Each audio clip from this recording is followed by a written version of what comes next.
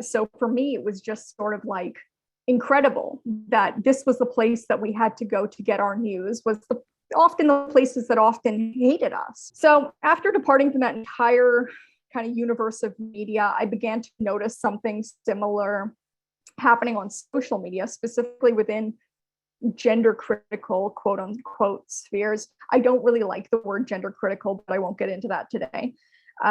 There was this over reliance upon outlets that were not really pro-woman in any sense of the word for news that impacted women. So I saw that the feminist mediascape was very incomplete, and feminists like myself were having our attention pulled in different directions. Most of the so-called feminist outlets that were covering general women-centric news were very liberal feminist, and they wouldn't touch the gender ideology or even sex trade stuff. And if they did, it was very sympathetic coverage.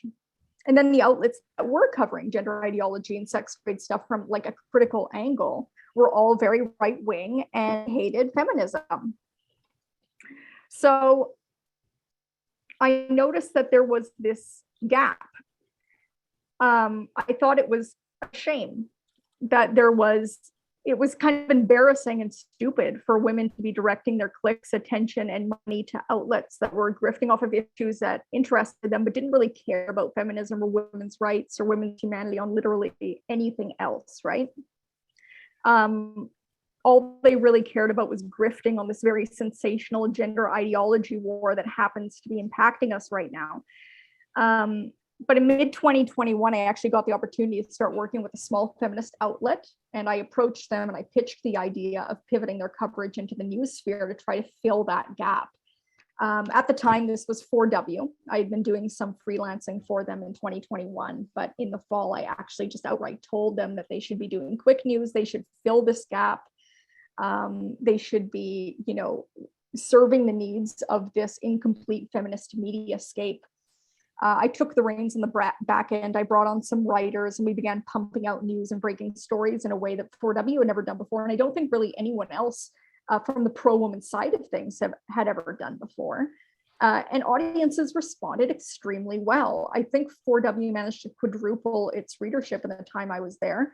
And there was a definite validation of my theory that there was a demand for professional pro-woman news from pro-woman outlets.